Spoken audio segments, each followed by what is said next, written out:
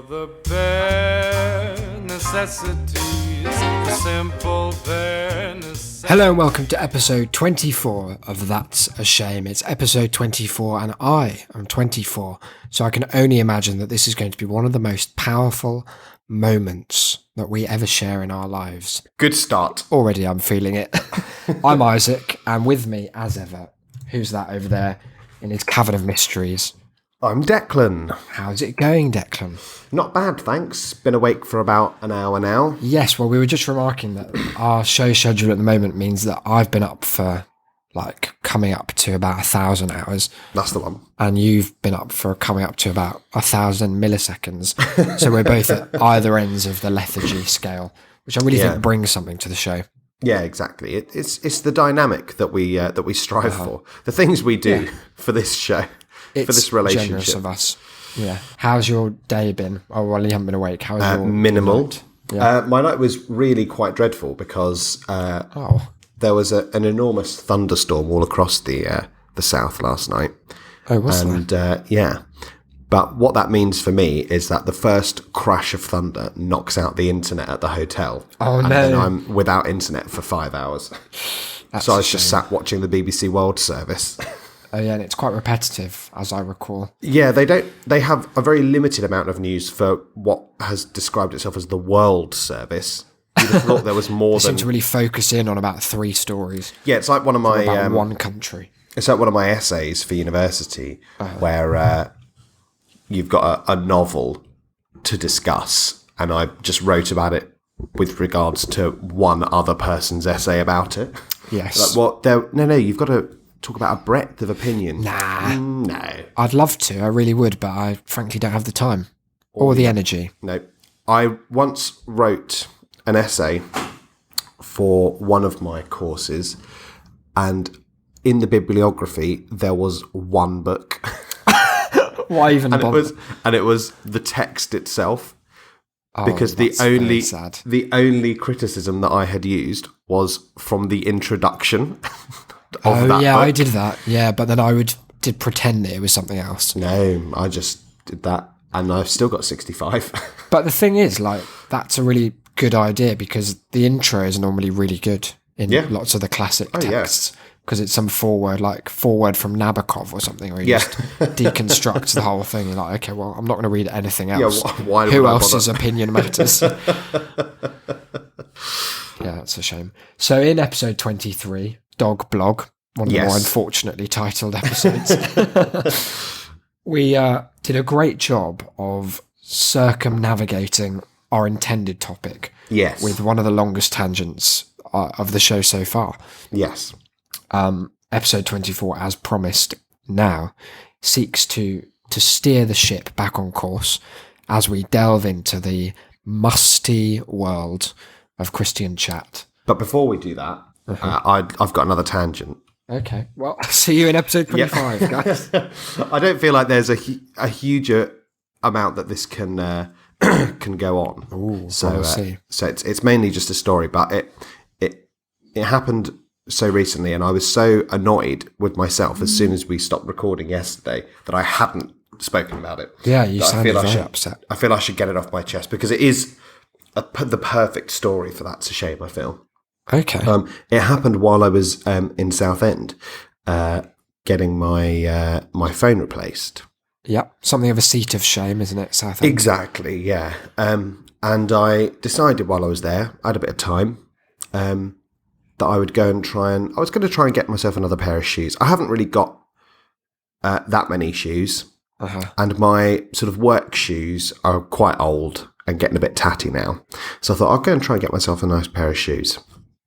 You need to look good with your legs behind that desk. Exactly. To be fair, most of the time I end up being just in my socks at work. Oh. Because I don't like wearing the shoes. So I just parade around the hotel. But I thought, if I have a nice pair, I'll be all right. Mm-hmm. So I went into the shop and I found a pair that I liked, but I have abnormally large feet. So there's the size. Upsetting. The size that I want is never out on the shop floor. So I went up to somebody and I was like, "Hey, could you see if you've got these in a size 12 out the back?" And they were like, "Yeah, okay, I'll go and have a look." and out the back they disappeared. Now, there were 3 other people working in the shop, and I was the only customer there at the time. So they were all kind of milling around, not doing much. And one of them was a trans woman. And she was standing about 10 yards away from me. And I realised that we were wearing the same shoes. Coincidence. We had the same, like, red Converse on. And we were in a shoe shop. So she caught my eye, and I just did a quick, like, pointed to her shoes, pointed to my shoes, and then did, like, a back and forth and, like, what I thought was a smile. Just a nice little joke between a customer and a member of staff. And a shoe-based joke. I sat down. No less. Yeah, exactly. It's the ideal setting, isn't it, really? So I sat down, and I was waiting for the guy to come back. And I looked up, and she was gone. And I thought, oh, okay. Then, about a minute later, another guy came out the back of the shop and came up to me, and he went, "You're disgusting." Oh. And I said, "Excuse me?" And he went, We don't need you in this shop." Okay. And I again, like you, I had nothing to say. Like, I don't know what I'd done. I was like, "Excuse me? Like, what are you on about?" And he was like, "How could you treat her like that?" And again, I was sort of taken aback, flabbergasted. What do you say to that? And then he only made things worse, because what he said next sounded to me like a really good joke. But turns out he was just saying it straight, which was, "How could you shoo her away like that?" Shoo. Oh dear. Because apparently my pointing back and forth between our shoes had looked like me kind of waving her away, like you might a dog or a cat that was bothering you. And I was like, but then the shoe thing made me think that he was having a laugh. So I laughed, and then he was like, "It's not funny. No. Get out." And I was like, what do you mean shoe? I didn't. "Oh, you're serious?" He was like, "Yeah." I was like, "I didn't shoe any. I was pointing out that we were wearing the same shoes. It was supposed to be nice." Well, it didn't come across that way. Wow. So I'm going to have to ask you to leave. Wow, so you're barred from Southend shooting. Yeah, I can't go back. Wow. What an I was like, absolute horror that is of an honour. I know. There's no like good way of being banned from a shoe shop. No, but that's a bad one, even for being banned from a People are going to assume But if it follows you around, if it were on like a criminal record, maybe all shops share a big record of like who's banned from like each ones. Interpol. Yeah, Intershop it's called. And if they see banned from a shoe shop, that only ever happens because someone's been wanking over the stilettos. That's what you're going to forever be known as, a high heel masturbator. But this happened to me, like a similar situation, a couple of years ago, where I nearly got in trouble with the police because a woman didn't know the word prophetic. Oh yes, I remember this. And her son was like, I don't know, like 4 years old or something, and he correctly predicted that something was going to fall over. He was like, "Oh, it's going to fall," and then it fell over. And she was like, "Oh, you were right." And I joked, "Oh, how prophetic." And she went mental. "What are you saying about my son? What are you saying about my son? No, You call him just that he's, pathetic?" a prophet. No, like, he just said I mean, not like Muhammad, not in that league, but peace be upon him. But just, he's good. He's good at telling the future. That's all I'm saying. It's sort of an absolute Sybil, He saw it. A modern day Nostradamus. You call him pathetic? Are you calling him pathetic? He's a little boy. How can you say that? And no. This again. Normally, in any kind of confrontative situation, I'm all right because I know where I am. It just comes out of nowhere. But it was such an uneven footing for this to start on, because I was like, "Oh dear, we're having two different debates," and you really have to work up thing. to kind of match the energy level of the other person. Yeah, if someone's annoyed at you and you're not sure why. But then there was some, I don't know if it was a PCSO or if it was just a police officer that they had around the shop, because it was sort of around Parking attendant. Yeah, but it was around kind of, I think, school checking out so it time. could have been a lollipop man. Sometimes they have them there to, or someone there to stop shoplifting and whatnot. And she was like, excuse me, can you come over here? And so he like came over. What crime does she think this is? I know. Well, she was like, he's abusing my son. I'm sorry, sir, you've been done under Section 7 of the Calling Kids Pathetic Act. That's 10 years. Screaming out, he's abusing my son in the middle of a shop and pointing at a child makes it sound far worse than even this ever could have been considered. So you were immediately tased. And so I was trying to explain to him, and he was like, he clearly, you can't arrest someone for calling a kid pathetic. Right? Are you sure? Do you want to test that claim? That could be our bonus episode.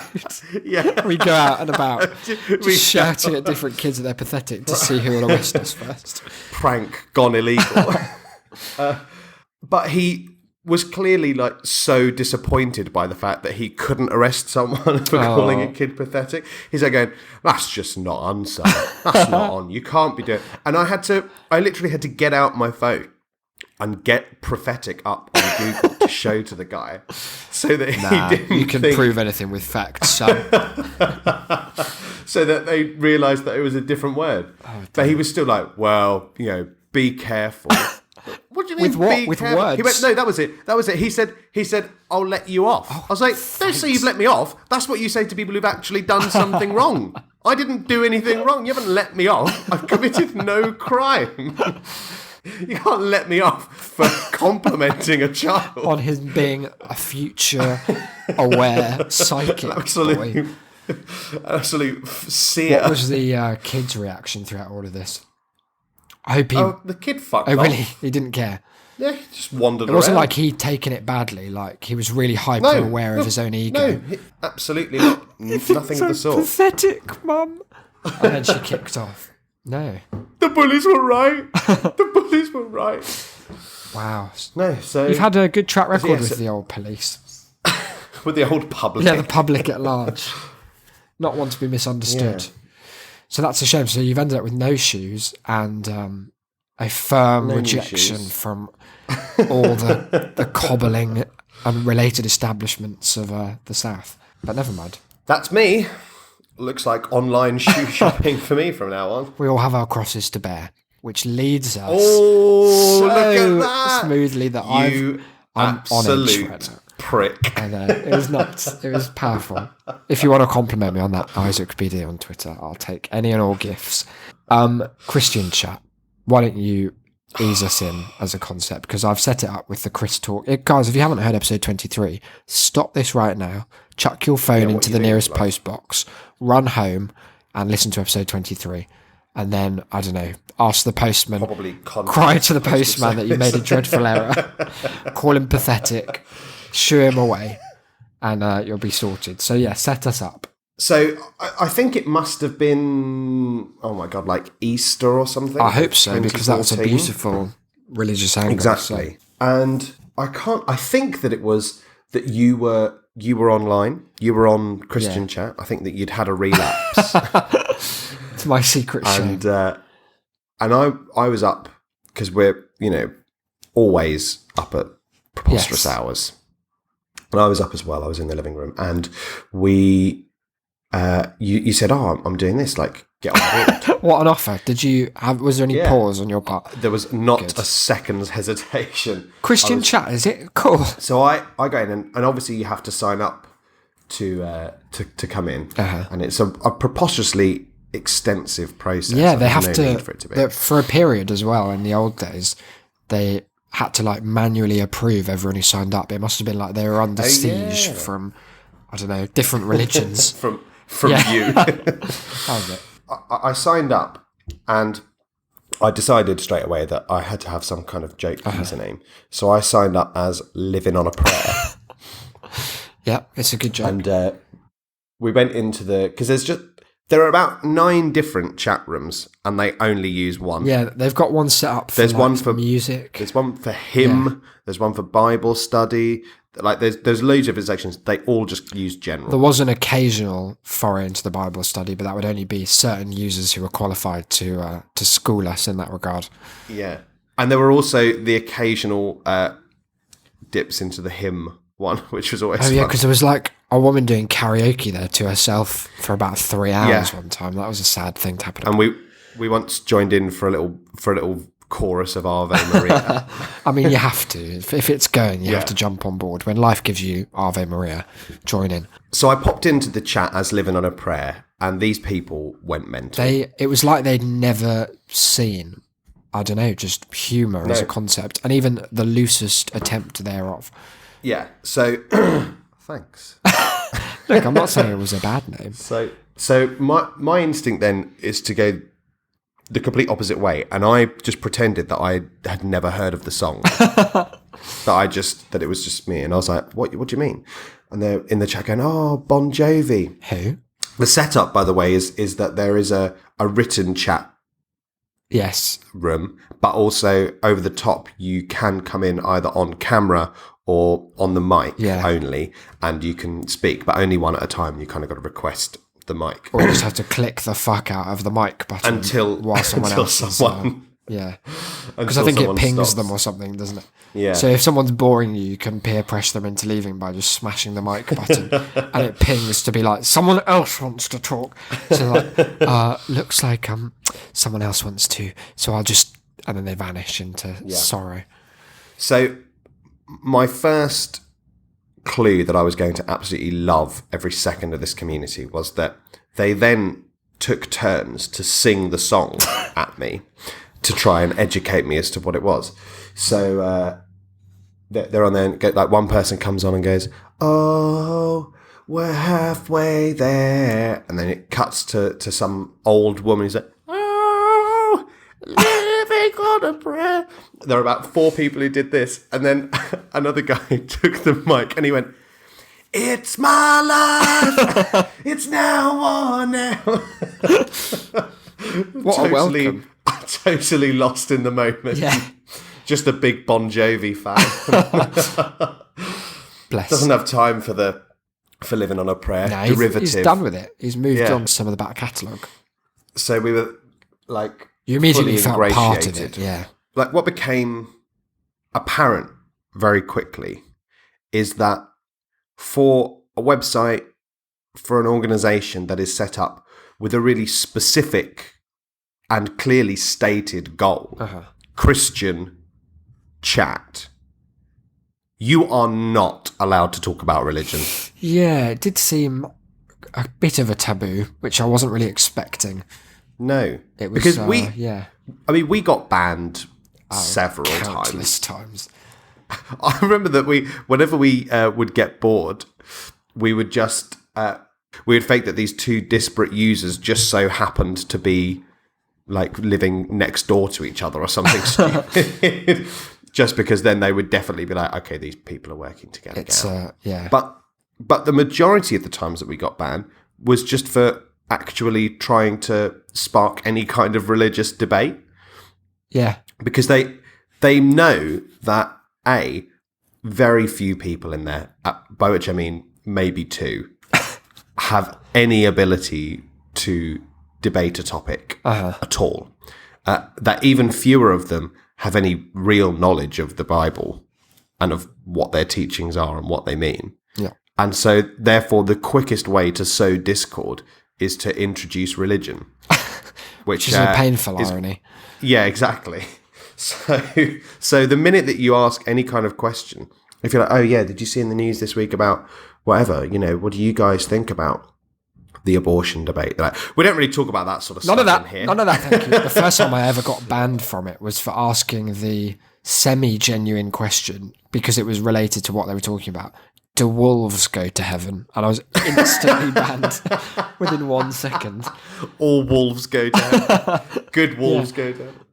Oh, so they're very strict. They were quite kind of trigger happy on the moderation aspect, which is fair enough. I mean, they want it to be a safe sort of community space. And for the most part, I think we joined in with that. Although we did have a godfulness. Oh, yeah. Well, that must have been your one of your wolf comments must have been around the same time as the story I was saying the other day about when you kind of, when we were first getting on the mic, rather than just lurking in the chat, that you went on and said, well, was it not God? Was it not Jesus who said that, we should love all animals equally and that, they are just like us? And someone came on and went, no, Jesus did not say that. And you came back on and went, oh yeah, that might have been David Attenborough. I bet I was banned within a second of that. Oh, almost certainly. I hate David Attenborough in there. Yeah, but yeah, their staunch refusal to engage in anything remotely biblical or Christian was actually impressive. Yeah, and it almost felt like it was its own sort of offshoot of a religion built around just talking about whatever, kind of like the attention span of a small mouse, just whatever bit of cheese happened to come in. So like when you came in with Living on a Prayer, that was the conversation for that entire week, I'm sure of it. And it would like, every time you come back on, they'd be like, Living on a Prayer, oh, we're hard. And just, oh God, shut the fuck up, please. And it's just like, they've built a community they all share some values, but not enough that they want to talk about them. Like, it's almost like, I don't know, it has the atmosphere of a kind of apology about it. Like in the way that you would, if I have not experienced this personally, but if you're a member of, say, Narcotics Anonymous or something, I feel like as soon as the meeting's over, they all want to talk about everything except drugs. Yeah. So they all have this common interest, is the wrong word, for drug addicts. Well, I went to an AA meeting. Oh, yeah. Have I not spoken about this? No, I don't think so. Oh, so like, not that I thought that I would need it, but when I when I started my year of no drinking, I said that I'd go to one at least, like just to see what was going on, see what they had to offer. Well, it was simply the most depressing hour of my whole life. Like, if there were ever anything to make you drink, it's AA. Oh no! I struggled to find it. I had the address, and it was in our favourite place, Southend. Oh, of course, right by the shoe shop. It was in a dingy, rundown ex-community centre that looked like, when they in a zombie film when they find themselves holed up in a primary school. Yeah, it looked like that. Horrid. Or that bit in Children of Men, where they're waiting at the primary school to be taken into the refugee camp. What a place! There's there's like a deer walking around. Yeah. So you're saying it was a cheery vibe. Yeah, it was in the shadow of two of the most depressing tenement blocks that I've seen in my life, and I sort of walked in. I didn't know how to get in. I managed to find a door that was open. Do they have a password? No. Alcohol. Come in, brother. Mr. Booze. And there was nobody on the door. It was just sort of open. Expecting a bouncer. I was expecting someone, maybe someone with a clipboard or something. Yeah, that's fair. Sort of a final shot before you go in. One for the road. Yeah, and I went in and I could hear voices ahead in a room, and I could only hear like two people talking, but I figured that it was, like a circle of people. You get your chance to talk. It turns out it was because there were three people in the room. Oh. They sort of like welcomed me in, and I've never felt more out of place. Like I never, like I said, I didn't think that I was going to need AA. I wasn't at that stage of drinking at all. It was just that I needed to cut down. But I've never, ever felt like such a privileged, woe is me bastard. Yeah. As when I walked into this room being like, oh, hey, I just sort of like came for a bit of support or whatnot. And you could tell that everyone in this room is in the midst of a lifelong battle. War. Yeah. With like you're there for a bit of support. They're there because they've had 8 liver replacements. Yeah, and their family have abandoned them because there is nothing. That this is the only bit of their week that has any schedule. But maybe that's a good thing, because maybe it acts as a deterrent as well. Well, Maybe they actually hire actors for the first week. Anytime there's a new person, they get like homeless Jim on from Equity to play his mad role. So I kind of went there and they welcomed me, and I was just like, I'll like carry on with whatever you were saying. And I sat there for the hour, and I barely spoke. You didn't have to do I'm Declan and introduce yourself on that? No, you don't have to. Oh. I did introduce myself, but I didn't really say much about. Do they do that thing where they repeat back something? These guys didn't. I feel like they've not seen any films. These guys just watch TV. Yeah.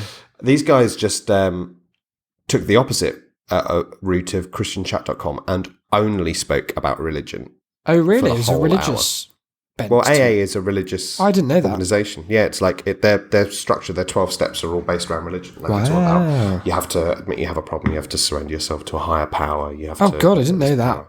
Yeah. The 12 steps are kind of like intrinsically linked to religion, which is why there's sort of like a big movement at the moment away from AA, as it were. Yeah. Because lots of people are seeking something that's more secular. Something a bit more corporeal than replacing one dependency on alcohol with another one that is even harder to quantify. Real. So, and they were all talking about, salvation on the top of the mountain. And I was like, there isn't. What do you mean? Oh, no. And for some reason, they didn't talk to you that much. That is weird. I just sat and listened, like I was fascinated and terrified simultaneously. But yeah, they were like, what was the demographic?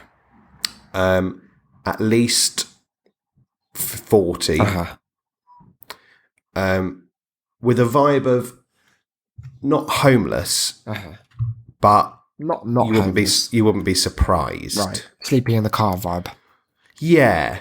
Yeah. Which was depressing, because I know that isn't the case with all alcoholics. Like that, this was one of those unfortunate moments where every stereotype that you have as a kid or like growing up is confirmed by an experience, and you have to try and get rid of that. It's like when they do sort of exercises in primary school where they or early on in secondary school in PSHE lessons and stuff, where they're trying to teach you about stereotyping and how it's incorrect. And like, what do you think that a drug dealer might look like? And, draw a picture. What do you think a serial killer, or what do you think a paedophile might look like? And everyone draws the same moustached, bespectacled creep. And then geography like, teacher. No, not everyone, not all of them. They could look like anyone. They could be. They could look like R. Kelly. And then you sort of find a story about John Wayne Gacy, and you're like, oh no, they are all like, they are all fucking creeps. Yeah. And you have to go, okay, maybe not all of them. This one was, okay, this one was. But and that one was as well. And I realised that the next 100 probably are too, but it's just not all of them, okay? Yeah. But the thing was I kind of had flashbacks while I was in there about to our time on Christian Chat, because these guys, this was it for them. This is how they coped with what they were going through. Well, and so they knew their stuff. Mm-hmm. And they were talking fairly cogently about it all. And I remember thinking, at least briefly, this is the opposite of Christian Chat, where nobody knew anything. And even if they did, they didn't want to talk about it because they knew that everyone at some point would end up disagreeing. Whereas AA is just theologians. Yeah. You have to assume that Christian Chat, because if you look through all of the kind of forum posts, it looks to have had an enormous following. Yeah, it's huge. Quite high up. And it's the first result if you just search for like Christian Chat or Christian Chat Room or something like that. So you would presume that this was a huge organisation. But whenever we were in the chat forum, at, peak hours for the South in America, which is, let's face it, where all these people were living, there were never more than, I'd say, a dozen people. Yeah. Maybe it was, 2 dozen people. I wonder if it was just because it was such an insular, you had to make your way in. Because they would just not talk to you if they didn't want to. Like, they'd all talk to each other. It wasn't that inclusive. And also, this is quite well illustrated by a post that I found on their forums, because they have the most baffling array of like sub forums. Starts with like fairly obvious ones like Christian chat rules, announcements, Bible discussion. Then they've got, it gets a bit more off-piste with poems and poetry, Christian singles, heavenly recipes. Oh no. User-to-user tech support. That's a deep part of religion. And some of these have like, I think the most popular one is Bible discussion from what I can see, and it has coming up to just past 33,000 threads in its history, which is 1.5 million separate posts on it. But in the announcements section, one of the most recent things is titled Public Apology from user CFaults3 for his crusade against CC being Christian chat. Yeah. This is from CFaults3. So this is someone who was banned for, they're never much more specific than crusade. So just think about how culty this sounds in that context. Some time has passed since my rampage, and many regrets on my part has been felt. I wish to take this time to apologise to not only you, the staff, but also to all those who are offended by me taking a negative stance. In my knee-jerk defensive response for another brother, I never took the time to fully know what was going on, but in all honesty, took his side without hesitation. So I say wholeheartedly, quote, I am sorry for saying the negative things I did towards the administrators of this site. Also, I am sorry for trying to arouse a mutiny. Arouse a mutiny is a lovely turn of phrase. Oh, she's arousing a mutiny. Oh, when dear, all yes. in all, the administrators knew the situation and was handling it accordingly. If forgiveness has been found, I ask the staff to post this apology for all to read. And again, I ask to be accepted back into the community. God bless, CFaults. And that just sounds like someone's been kicked out of Scientology or something, doesn't it? Don't drink the fucking punch. No, it's so weird. It's very occult crimes kind of vibe, which is not helped by the fact that it's posted by an administrator called RoboOp, whose profile picture is him holding a baby, but he's staring straight at the camera as if the baby's been photoshopped in. And he has the expression of, I know something you don't know. Oh, that's very disturbing. Yeah, it's a deeply upsetting picture. Little footprints in the snow. That's him. But yeah, Christian chat itself, like the live chat element, was very, very insular. Oh my God, yeah, no. That was kind of the point that I was making, is that it feels like a community that has been whittled down. Yes. That started large, and anyone who dared go on a rampage, a crusade, as it were, was just cut adrift, so that now they're the same 20 people. Yeah. Just talking to each other about everything and nothing. And they're all different archetypes. Boy, could they talk about nothing. Oh, yeah. Oh, my God. Days on end, yeah. There was just no end. Like, there was never silence in this chat, but also not a single thing of worth was ever said. It was impressive. It was like a modern-day Beckett play that was just always ongoing. I wonder, maybe we should start revisiting it, because it certainly made me want to, but I can't remember any of my account names. I want to just get like a snapshot of if it's still in the same you were state. You were called Sunset Strip last time. Oh yeah, which is named after a strip club, but also sounded not one that I've been to. I hasten to add, it's just a famous one in Soho. And my last name was Stairlift to Heaven. Oh yeah. I imagine that resulted in several hours of singing. Clumsy. There was a guy who used to try and play guitar in there clumsily as well. Oh my God! Yeah. Let's dig into a few of the members that we remember. There was there's a guy who was like one of the older members, and I can't remember his username, but he was known in the chat for having this radio voice, and it was clearly something that he'd taken to heart, because he'd come on Christian chat and kind of, he would take the mic and the floor and just commentate on Christian chat like it was his call-in show, and that everyone else, like, he was allowing to have a few moments to speak, and he'd be like, welcome to this evening on Christian chat, I'm whatever his name was. Oh God! He always had a baseball cap with a kind of vaguely Republican slogan. It was like his nan had told him he had a nice voice. Yeah, and he was just like, run with yeah. it. You know what? I do have a nice voice. And where better to broadcast it than to the 8 people. Coming to you live from ChristianChat.com. So he was a stalwart member, very much the backbone. There was the guy who looked like Charlie Day. Yes. Yeah, Charlie Kelly in Always Sunny, he looked like. Yeah. And he sounded like him as well. And I'm not convinced it wasn't him or a younger sibling, but he used to come on and didn't really talk about religion in keeping with the rest of the people for the most part. But sometimes they would do like, someone would come on the mic and be like, could you do a prayer for me? I'm going through a rough time, and everyone would start doing a prayer. I tell you what, there's nothing more haunting than watching people type line by line the Lord's Prayer. There's something really upsetting about it. It's really like all work and no play makes Jack a dull boy. Yeah, it does have that kind of vibe. It's a robotic. It's like what we were saying about the response. Yeah. In the actual sort of Catholic service, this organised, instinctive, robotic reply that is only made more robotic by the fact that it's coming at you through a computer. Yeah. It's like HAL 9000 has found God. Yeah. It's taken it off in a really big way. I can't do that, Dave. It's Lent. And so, yeah, Charlie Day. As a small tangent to that I, like I've said before, I come from a family with a lot of Catholic aunts. Mm-hmm. And every now and then on Facebook, there will be a post shared that's something like, a prayer for whoever, probably a sick child that doesn't really exist. Just one of these internet karma things.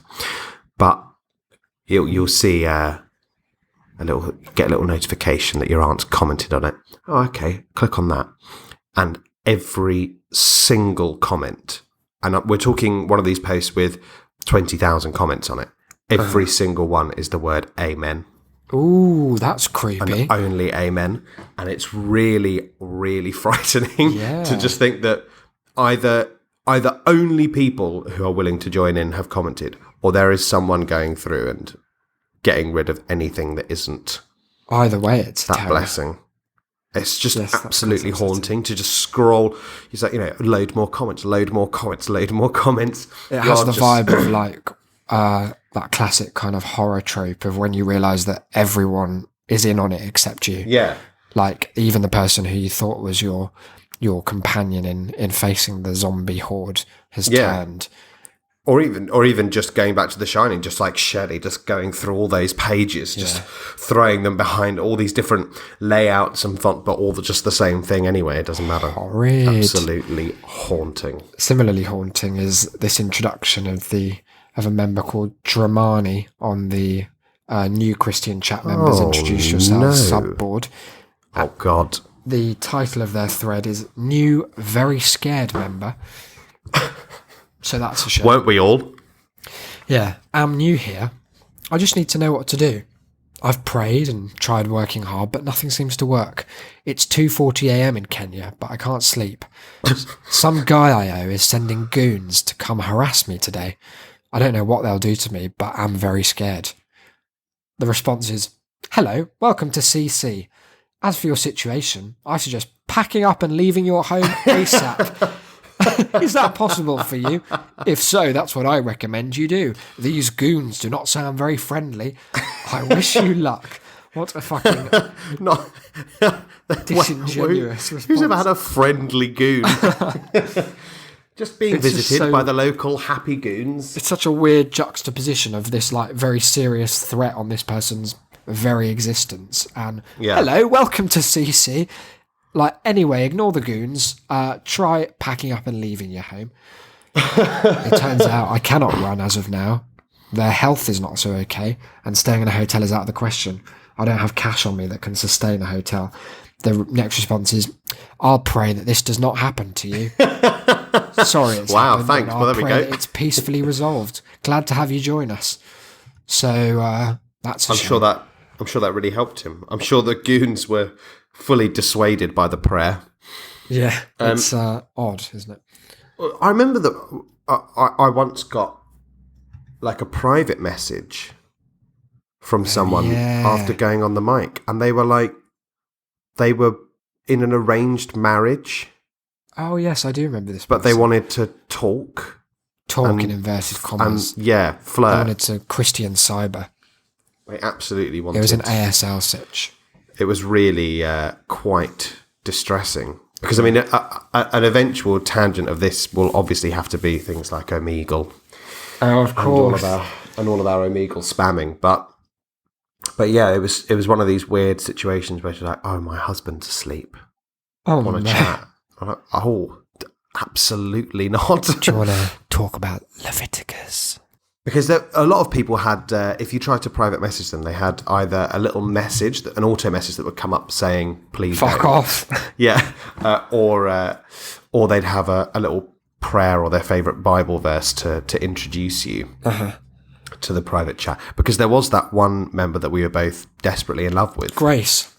Lovely Grace. What a great name that is for someone who frequents and is the sole, ray of sunshine and otherwise dark, Virtue foggy, name. misty patch. Virtue by nature. She was, didn't she sing? She was a singer. Yeah, she used to sing in there. And she was actually quite good. Quite good in a kind of haunting, ethereal way, like you'd expect of, like that scene in Twin Peaks where James, Donna, and Maddie all sing the weirdest song in the world for and about 8 minutes too long. For a full 9 episodes. So upsetting. The thing is that the song's really grown on me. I really like it. I love the scene. Yeah, it's great. It's perfectly. But it is when I rewatched. I was sat there going, I have no memory of this. Yeah, when did this take place? There are also so many weird bits about that scene. Like James, what is their setup first? James is singing into a mic that's plugged into nothing. Yeah. And it's somehow applying like 80% reverb to make him sound like he's singing from inside fucking St. Peter's Basilica. He sounds like he's singing from inside his own lungs.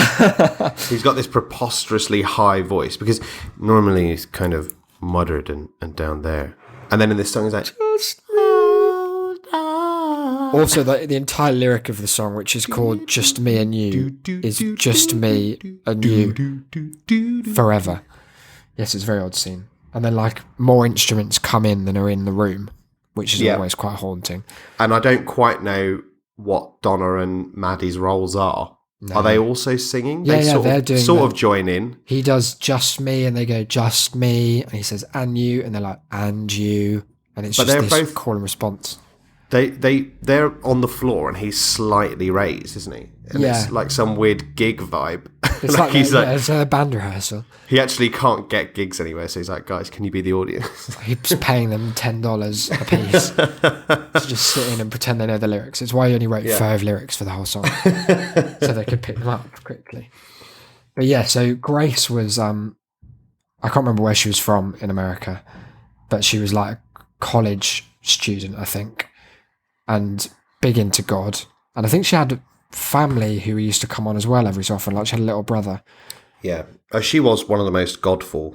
Yes, so explain godful as a concept, because that got us banned more than one occasion. I don't even remember how it came up. I think did you just make it up at some point? I'm sure it's been used in legitimate circumstances otherwise, but I was being a bit facetious in describing something as very godful. Extremely godful. And apparently that was the wrong thing to say, because it was met with a swift response. Apparently they only like the godless. Yeah, they didn't like it one bit. And then it became like a hallmark of our antics, that if we just got bored of the ruse, we'd just be like, anyway, this is all pretty godful in here. And they'd be like, it's them again. Kick them out. Chase them out. Chase the devil out of them. Yeah, it was also a really weird process when you got banned, because it didn't tell you. There was no there was nothing to suspect apart from that the messages would kind of slow down, and then you'd send something and you wouldn't get a response for a while. And I think you could still hear the chat. Yeah, you couldn't. When you typed, you weren't getting anything. And then if you refreshed, it was like, sorry, you've been asked to leave. Great news. Because then they upped their game and they started, I think they were sort of blocking from like, whether I can't remember whether it was web addresses like or the uni or something. We got the whole University of York banned for Christian chat. Yeah, because we had to come up with new and inventive ways to get in. Yeah, they have the maddest little thing that I totally forgot about until I was trying to search for something, on their forum, which is whenever you perform an action on there, you have to prove that you're not a robot by typing in a capitalized word. Mm-hmm. So if you're not a robot, type Jordan in all caps in the box. Oh, specifically biblical capture. Yeah. Are you clever? Are you that worried about it? Yeah. What's it really going to do at the end of the day? Let's put ourselves in the shoes of the audience. Sorry to bring up shoes at this difficult time for you in your relationship with your own legs. I'll be okay. What do they take from this? Maybe we ought... I think the question that would be on my mind is just a big size 50 font capital letter Y. Like, why did we do any of this? And I can't really... Let's unpack the motivations. What enjoyment did we glean? It was just partly what you said last episode about ingratiating yourself into such an established community is always an enjoyable thing to do, even if the community itself is mental. Yeah, even if the community itself especially, I think. Yeah, but I meant, sorry, even if the community is a bad one. Like, eventually we'll talk about going on to like Stormfront and stuff. But even let's not say we ingratiated ourselves. No, into but we didn't ingratiate ourselves. But we being kind of white's great, isn't it? Everyone. I tell you what, it's I've the written best a thing long there is. poem about it. No, we just browse their poetry. But even something like that, sort of finding yourself in that environment, navigating it, discovering what the hallmarks are, what the idiom is just a fun process. And when they're mad, everyone on Christian chat was, it also comes with an incredible side order of unintended hilarity, such as Jesus is my wheelchair. Oh yeah, let's get on to him. Who we should probably mention because I think he's the title. Yes, he will be the title. I was just going to say though, for me, I think it's a similar impulse as to why like Louis Theroux documentaries are entertaining, because it's just exploring for yourself firsthand this little subculture that is absolutely thriving, but it exists completely beneath the radar of normal life. Yeah, unless you're in, you're just never going to know about it. Yeah, it's entirely isolated. Yeah, even though it's a community that is designed to connect people, it is its own very shut off. It doesn't affect the outside world at all. It's all very inward gazing. Yeah, and they're just there like hanging out as if it's the most normal thing ever. Yeah. And it's interesting to talk to people for whom it's such a big part of their lives, something so niche. But yes, let's get on to JIMW. Well, he was, again, an absolute stalwart of the chat. I'd never been in the chat when he wasn't there. Yeah. And he was often on the mic, eulogizing, commanding a certain respect. Yeah. Oh, but he was a really popular guy. Everyone an esteemed member. Yeah, absolutely adored him. Yeah. And he was entertaining. Yeah. He was godful AF, I'd say. Oh, very. Yeah. His godfulness, I tell you what. Was off the charts. So the controversy came when it turned out that Jesus is my wheelchair was a bit of a liar. Yes. It's a classic online trope. I mean, this isn't the only place that it's ever happened. There was a famous Twitch streamer, was there not? Where this also happened. But essentially, we were on there one summer, and not for the whole summer. We had the most boring. It's like imagine if Greece had started. Like Greece, I was thinking Greece as well. Dum. Stayed on Christian chat for 6 weeks. That was it. The song just peters out. End of the song. Kanicki's just like, dude, you need to know this. Did you fuck anyone? No. Not in a big way. There was this guy. He was in a wheelchair, but not that But it was a lie. Because he just got up and walked away. Just stood up. No, he just stood up. Was it that he left the camera on by accident? Yeah, he was still on camera and he just got up and walked away. Because I think his shtick was that he was a veteran who'd been wheelchaired. Well, this is it. Is that I don't think that he ever actually said that he was disabled. I don't think that there was much of a proclaimed backstory. Right. I think it was just the username plus the fact that, I mean, he was always seated, kind of combined, and his, his wisdom. Yeah. He just had this mythos around him. Yeah. And then shattered it all in a single sesh. One August evening under the stars. And it wasn't like lots of people who are in wheelchairs can walk to greater or lesser extent. It wasn't like he wasn't even in a wheelchair. Away. It was just a normal chair. It was he just stood up, and for the first time we saw that he was just in a normal plastic backed chair. No, it was a wheelie chair. Oh yeah, it was like your chair. Yeah. But he just decided to call it wheelchair, and everyone was going mad. It was like because there was a split in the chat between whether this was a miracle or whether this was a fraud. Turns out, guys, had they cured him? Imagine believing that it was a miracle that he'd just so nonchalantly stood up and gone to the kitchen, like he'd forgotten he was disabled. He'd come back, see the chat, and go, "Jesus Christ, I walked." He was my wheelchair. No, wheelie chair. Fuck. Oh, my bad. Sorry. Yep, that's the one. Sorry. It was a just calamitous moment. Jesus is my office chair. Yeah, so he was, he's probably still there even now, broadcasting live Almost from certainly. Some kind of armchair. Maybe he's just jogging around now. He's probably got an eye patch on. Yeah. Jesus is my monocle or something. Yes, so moments like that as well, always made it worth it. It's just an environment from which limitless...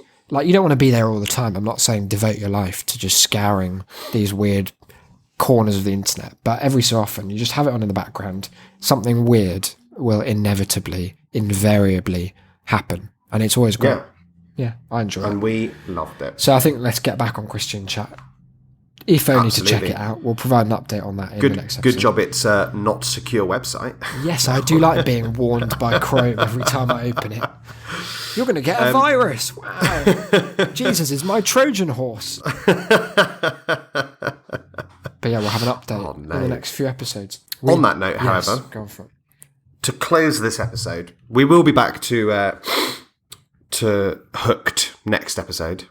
We will. But given that we've finally gotten around to talking about Christian Chat, I figured it was only fitting to end with a couple more poems. Yeah, just to bring the theme to its conclusion. Now, we've got two. Good. Very different vibes. Okay, well, I like that. Again. Compare and contrast. Both guest poems as well. Ooh, what does that mean in this context? So they're not confirmed users. I think they're guest interesting. Users. I didn't realise a non-confirmed user could post. There's a joke in there about Holy Communion and being confirmed. But I'll let listeners make it in their own minds. So I think we're going to go first with Mary Had a Little Lamb. Oh, I think I know this one. You may well do. It's going to turn it on its head, isn't it? I mean, very much so. In a way that I didn't see coming. Yeah. And then we're going to go with the somewhat more troublesome Squeaky Suit. Ooh, American Psycho vibes. So, Mary Had a Little Lamb. Join in if you know the words. Mary had a little lamb. His fleece was white as snow. And everywhere that Mary went, the lamb was sure to go. That's it. No, it's not. That could be a Stormfront poem. If He followed her to school each day. 'Twasn't even in the rule. It made the children laugh and play to have a lamb at school. Okay. And then the rules all changed one day. Illegal it became to bring the Lamb of God to school, or even speak his name. Oh, this is clever. Get ready. Every day got worse and worse, and days turned into years. Instead of hearing children laugh, we heard gunshots and tears. Oh, it's commentary as well. They should listen to episode 15. Oh yeah, Bowling for Binaries. Yeah. This is a great line. What must we do to stop the crime that's in our schools today? Let's let the lamb come back to school and teach our kids To pray. Oh my god, that's ingenious. Because I don't know if you picked up on this, but what the subtext there, and it is, it's something you have to dig for. Sorry, is this? Is English graduate? Are you an English graduate? Oh well, I've got an English degree, and I didn't. I just thought it was a nice poem about. No, it's not just about a lamb. I thought it was about a lamb. I thought it was about because Mary took the lamb to school. Yeah, no, she did. But then the rules changed, and she wasn't allowed anymore, and so the kids were sad. Have you been to any schools where they do allow you to just bring a lamb in? No, but it could be set in the past. No, okay, you're not wrong. But what I think they were going for, stay with me. The lamb is Christ. The lamb is God. To be fair, she does say the Lamb of God. Yeah. So you don't? Did you say it was God's lamb? No. Well, all lambs are God's lambs. Surely, we all belong. Yeah, in a way. To Him. But God is also a lamb. Don't ask why, because I've never fully understood what's meant. What do they mean by the Lamb of God? I think is it innocence. Why the lamb? Why is the lamb the symbol of innocence? Why not a chick or a puppy? Because puppy of Christ. Puppies weren't quite puppy of Christ. You take away the sins of the world. Dogs weren't quite as domesticated. I don't okay, that's fair. At that point, but lambs are not at all domesticated. No, but but what I mean is that it wouldn't have been as people didn't broad live a reference. with dogs. I bet they did. Yeah. Well, I'm sure that they have done, but maybe not in the kind of widespread way that we do today, I don't think. I think we should really dig into why this is the case and provide an educational update in our new segment, Theology is a Shame. Next week. Shameology. Yeah. Okay, well, I'm interested in that. Obviously, that was... But you're explaining, sorry. Yeah, no, what it was very subtle, I think is the watchword here, attempt to say that they've taken the Christ out of Christmas, and basically we just need to get Jesus back in the classroom. Oh, yeah. I think if you have another read of it, because it is there, it's just lurking in the, in the commas. Is it one of these God could stop Columbine kind of poems? Yeah. Do you remember that? We haven't mentioned Pureflix yet. No. But Pureflix, for those that don't know, is a Christian offshoot. It's not actually related, but they're a Christian reaction to Netflix, as it were. And they're a studio that makes moderately high budget films that are all based around the central premise that if you believe in God, everything will work out fine and it will be great.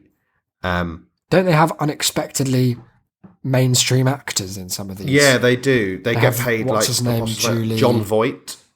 Are you joking? John Voight's in one? Yep. Why? But the interesting... money, probably. Oh, yeah. And it wouldn't surprise me if he was a mental fundamentalist. Yeah, it could be. A fundamentalist. Nice.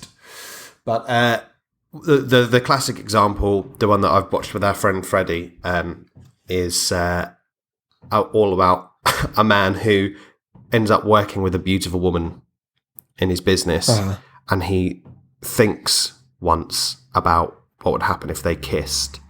And then his wife kicks him out the house because that's adultery. Oh, no, adultery in the mind. He has to go on this journey of salvation. Good. And there's a wonderful line where the wife is talking to someone, this sort of like large, again, Deep South caricature, and she's sort of telling her, no, you're right, like, you should have kicked him out. And he's like, they can call it anything they want, but where I come from, we just call that old-fashioned unfaithfulness of the heart. Unfaithfulness of the heart is a lovely expression. And then the best line of the whole thing is that the wife sits down to pray and opens with, God, do a miracle. Come on, mate, do a miracle. Give us a miracle. Pull your finger out, God, do us a little quick miracle. But they recently did a film about a student at Columbine, who I think is one of the ones that died. This sounds tasteless. That was all. Well, yeah, it was all about ill-judged. It was all about how, like, I don't know. I think it was like looking through a diary or something. That they, discovered all about how her faith helped people. Just not enough to not be but also that they died. yeah, not enough to make them immortal or bulletproof. That's unfortunate, isn't it? God is my Kevlar. What a weird topic choice that is. Also, I just want to point out, the signature of one of the members that I talked about already that I've only just noticed is purple Comic Sans that says, "He is God and we are not." That's it. And a smiley emoji. Thanks for the distinction. Yeah. Okay. Thanks for the distinction. So we've covered pretty Mary broad, Had Little Lamb. broad ground there. What else do we have? We have, to finish us today, Squeaky Suit. Yeah, see, I'm not a fan of this already, but let's see if it can win me round. The game of this one, by the way, is spot the religious element. Okay. I'll keep an eye out. The other game is try not to vomit. Okay. That's a game I'm playing 24/7. That's the game of life. Yeah. It came across the bed, through the door below the stairs, with zippers jangling, heart pumping, hands grasping. Squeaky Suit. Climbing up the stairs, over each step, through the door almost. Squeaky Suit. I mean, if this isn't a serial killer, they've misunderstood their own poem. Leap out of the covers, lock the door with legs shaking, heart pumping, hands grasping. We should stop talking about heart. I know. Squeaky Suit.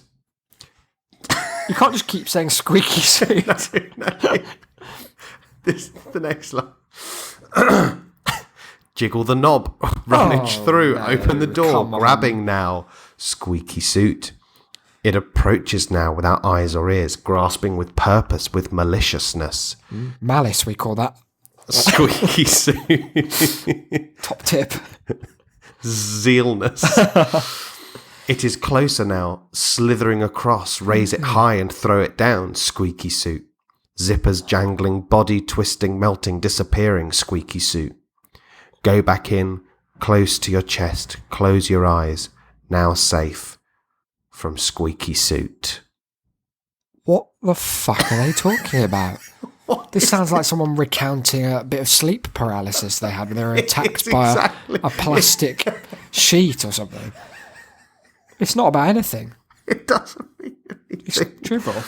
I mean, in a way, it's also... It worked. It freaked me out. If that was its vibe. I knew it was yeah. going to. The heart Congrats. pumping was enough. Oh, don't say it again. I feel sick. No, stop it. That's actually abusive. That's abusing my actual psychological disorder. Heart pumping. Blood pumping. I'm Pulse. over it. I'm over it. I'm thinking about Jiggle the knob. Were there any comments on that one? Doesn't zippers jangling sound like a... Yeah, it sounds like the child catcher's zippers would be dangling. Zippers jangling, body twisting. Lollipops. There's no world in which that isn't No. a sex attack. Very, very upsetting. Any comments? User Den R, another Australian user. They love it over there. Another banned user as well. Good. Put 4 smiley faces and then the disturbing comment, maybe you should oil it. The jingly knob. Yeah. Horrid. Squeaky Suit. Well, I hated every second of that. And then, wait, then the author replied with, even just as troublesome, I don't think it'd let me, that darn suit. What are you on about? Don't pretend it's a real thing. This is such a cry for help. It really is. Another example of the fact that this is a community devoid of religion in many ways. Like, Yeah. that I've never read a more godless poem No. in my life. I think if Jesus had seen that poem during his 33 years on this earth, then I think he would have just given up on humanity and said, you know what? Fuck you guys. Original sin was all your fault and I'm not doing a thing about it. Take your cross and fuck off. If God had seen that, the Tower of Babel would have ended with it just collapsing onto everyone, killing them all off. The tree with the fruit of knowledge on would have just collapsed straight onto Eve's head. Yeah. Oh, never mind. Make another universe now. Look, I think we've said all there is to say about Christian Chat for the time being, but this is one of those to be potentially picked up threads of That's a Shame, because there's ever more poetry, ever more chat, and ever more shame to extract from such a voluptuous site. Oh, it's part of a real network of internet sites from our friendship that has Yes, it is. really created a an absolute tsunami of content. It really for has. us. And in fact, I've found something. Well, it's brought to mind a few things. I'm going to talk about the time I was friends with the Westboro Baptist Church. Yes. Next week, not friends in one of those we have the same ideals kind of friendships, just friends in the Facebook sense. We can talk about that sometime. They've also got a lot to say about something I want to discuss on an episode in future, which was Doctor Who being a woman. Oh, yeah. Christian chat is, let me tell you, not happy about it. Oh, no. Are they not? They're fucked off, and no mistake. Oh, But yes, fantastic. I think let's do some plugs. So, guys, you can find us on Twitter at Where we now have That's over Shamecast. 1,000 followers. We do. Wow. Oh my god. Congrats, us. And we said in the last episode we'd do something about that. So give it a week and we will. Yep. Props. You can find, as I say, the show at That's a Shamecast, myself at Cynical Declan, or you can find Isaac at IsaacBD. You could email us, tass@shame.city. I'm not spelling it anymore. No. If you can't figure out Tass, you don't deserve email. Or you can just visit the website. There's so much there, and there's going to be ever more there as well. It really is. As we're going forward. That's just shame.city. Of course, at the top of the show, you'll have heard a promo for True Crime Obsessed. Yes, check them out. Yes, they're doing great things. They're making fantastic waves in the old really podcast community. And they've been very kind about our content and our promo. Maybe we should play our own promo on our show, because I'm quite proud of it. Do you think our listeners would like it? I think they would. I think they'd expect it from two raging ecomaniacs. Well, I tell you what, to close us out now, here is our promo that we'll be playing on their show at some point in the future. Enjoy it, guys. So we've just decided to bookend the show with promos. Yeah. Only one of them for us, for the show you're already listening to. Yeah. Also, in case you were thinking of leaving. Yeah. Last big plug, shame.city/mail. Sign up to the mailing list there, because next week it is confirmed, it is set in, not stone, but my iPhone calendar, which is, let me tell you, almost as robust, a hell of a lot easier to carve. Our bonus episode will be recorded and released on Friday. If you're not on the mailing list by midday Friday, then who even are you? Go fuck yourself. I mean, I don't want to say, never listen again, but that seems like what you're saying to us, is that you just don't care. So carry on listening, but it won't be the same. It'll be kind of awkward, like when a family member at Christmas makes a vaguely racist comment and everyone's not sure whether to pick it up and be like, we don't say that anymore. Great Aunt Mildred. Or when you say you can't come along to something because you've got like a family event or you got work the next day, and then someone posts a sort of Snapchat story and you're out on the town, and then you have to see them a couple of days later and they're like, oh, how was that family thing? And you know that they've seen the Snapchat because you actually sent it to them. Yeah. It's like, it'll be like that. And if you like that, you are one sick individual. Yeah, you're a right squeaky suit. But we love you. This has been episode 24. Tell a friend, spread the word, and we'll see you next time. See you later, guys. Hi, this is Isaac. Oh, sorry. Was I meant to come in there? And this is Declan. Hi, this is Isaac. And this is Declan. That was still too much of a pause. Sorry. Because you end on an upward cadence. Like it's Hi, this is Isaac. Should I sound friendly? Or like... As opposed to what? Threatening? Not threatening. I just, maybe I want to create a kind of space between us and the listeners. Hi, this is Isaac. Oh no, that was horrible. That sounded like you were sort of turning me down for a date. Hi, this is Isaac. Now you're just leaving, you're a doctor. The results are in. Leaving bad news on the answer. It's positive, but not in the way you were hoping. You can follow us on Twitter at That's a Shamecast. You can visit our website, shame.city, where we post episodes every Wednesday and Sunday. And you can subscribe on iTunes. Enjoy the show. Nailed it. Oh, no. Could we not just pay someone to do this for us? I don't know. You'd have to have a good voice. You're listening to That's a Shame with Isaac and Declan. Give us a taste.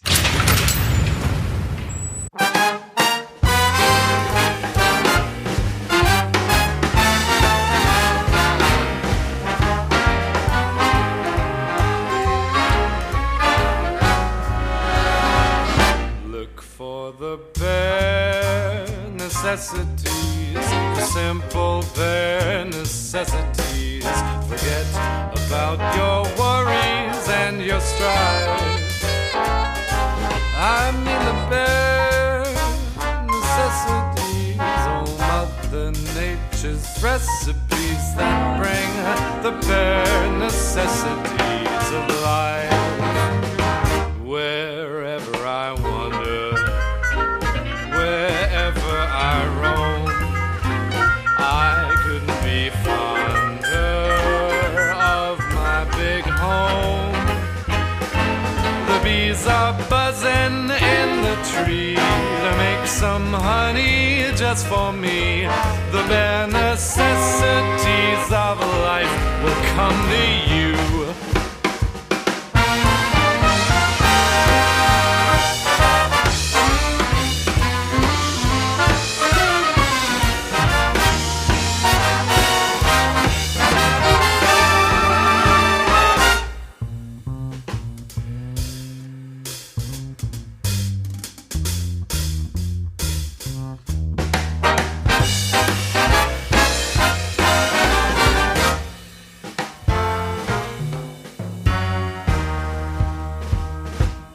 For the bare necessities, the simple bare necessities. Forget about your worries and your strife. I mean the bare necessities, oh Mother Nature's recipes that bring the bare necessities of life. Wherever I wander, wherever I roam, I couldn't be fonder, my new home.